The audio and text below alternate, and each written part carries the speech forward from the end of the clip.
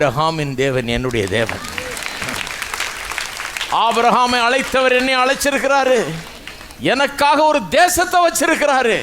அந்த தேசத்தை பற்றி வேதவசனம் எப்படி சொல்லுது பாருங்க.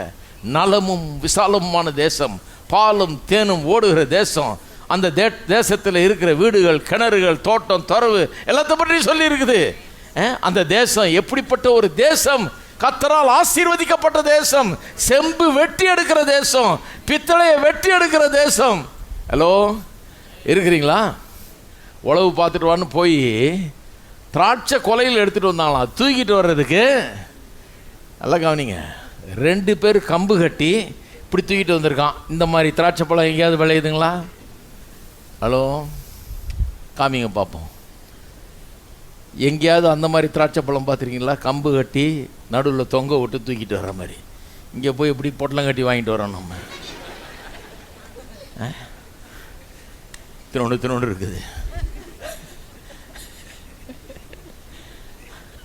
போய் பார்த்துட்டு வாழ தேசத்தைன்னா பார்த்துட்டு தூக்கிட்டு வர்றான். ஜனங்கள்லாம் பார்த்து, ஆஹா நல்ல தேசம் அது சொல்கிறாங்க. நல்ல தேசம், பிரமாதமான தேசம். எல்லாம் சொல்லுங்கள், நல்ல தேசம். கர்த்தர் உங்களுக்காக எனக்காக ஏற்படுத்தி இருக்கிற செத்தது, கல்வாரி சிலுவையில் செத்தது நம்ம ஒன்றும் இல்லாமல் போகிறதுக்காக அல்ல, பிச்சைக்காரில் இருக்கிறதுக்காக அல்ல, ஒன்றும் இல்லாமல் கிடக்கிறதுக்காக அல்ல, தோல்வியில் கிடக்கிறதுக்காக அல்ல, வல்லமை இல்லாதவர்களாக வாழுகிறதுக்காக கிடையாது. கல்வாரி சிலுவையில் செத்தது கீழே கிடக்கிற நம்ம தூக்கி மேல் ஆக்குவதற்காக, வாளா இருக்கிற நம்மை தலையாக்குவதற்காக. இல்லைன்னா எதுக்கு கல்வாரி சிலுவையில் தேவகுமாரன் வந்து சாக வேணும் பாருங்க. பாவத்தின் பிடியிலிருந்து, பிசாசின் பிடியிலிருந்தும், ஆதாமுடைய பாவத்தின் மூலமாக வந்து பிடித்து கொண்ட அந்த சாபம், தரித்திரம் நம்ம விட்டு நீங்கும்படியாகவும்,